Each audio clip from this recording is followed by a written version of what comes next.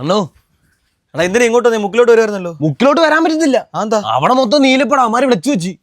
അമ്മാര് flex വെച്ചാ? നിന്റെ അടുത്തൊക്കെ അന്നേ ഞാൻ പറഞ്ഞാണോ നമ്മൾ വേണം ആദ്യം ഫ്ലെക്സ് വെക്കാൻ. ഇനിയിപ്പോ അമ്മരെക്കാടി വലുത് വെക്കണ്ടേ? അതിനുള്ള പൈസ ആരിടും? എന്നാ പൈസ ഇടുന്ന കാര്യം വിട്. എന്തോ 2 ഇരട്ടി വലുത് വെക്കണം അമ്മാരെ കൈ. 2 ഇരട്ടി വലുത് എങ്ങനെ വെക്കും? അമ്മാര് 28 പേരുണ്ട്. നമ്മള് 10 പേരേ ഉള്ളു. അതിനൊക്കെ അറിയാം 10 വരെ ഉള്ളത്. അപ്പൊ പിന്നെ എങ്ങനെ അമ്മാരെ പൊട്ടിക്കുന്നത്? അമ്മാരെ 500 1000 വെച്ചൊക്കെ പിരിവിടുന്നത്. ഇപ്പൊ നമ്മള് പൈസ ഇട്ടാലേ വർക്ക് ആവത്തുള്ളൂ സംഭവം. ഇനിയിപ്പോ എന്ത് ചെയ്യും? ചെറിയ പരിപാടിയായിട്ട് എന്ത് ചെയ്യും? നമുക്ക് പ്ലാവിലോ എല്ലാം വെച്ചൊരു സെറ്റപ്പ് ചെയ്താലോ?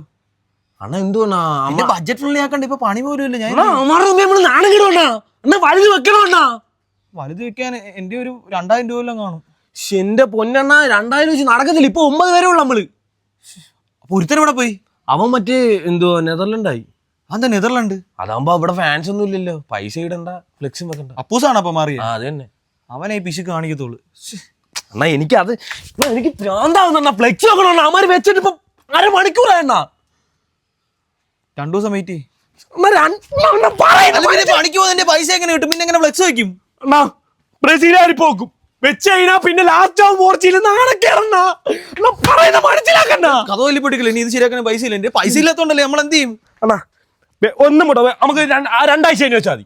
നമുക്ക് അവിടെ വെക്കണ്ട, മുക്കി വെക്കണ്ട. നമുക്ക് വയല് വെക്കാം. വയല് വെച്ചിട്ട് 2 റീല് പടപട പടച്ചു കഴിഞ്ഞാൽ വൈറലാവും.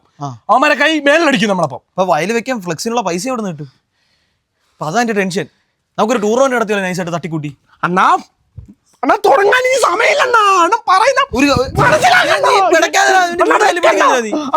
മനസ്സിലാക്ക്. ഞാൻ പൈസ ഇല്ലാതെ നമ്മൾ എന്ത് ചെയ്യും? അണ്ണാ രമേശന്റെ അടുത്ത് നിന്ന് കടം മേടിക്കാൻ പോകും ഞാൻ. അണ്ണാ ഫ്ലെക്സ് ഫ്ലെക്സ് വെക്കും. 50,000 രൂപ.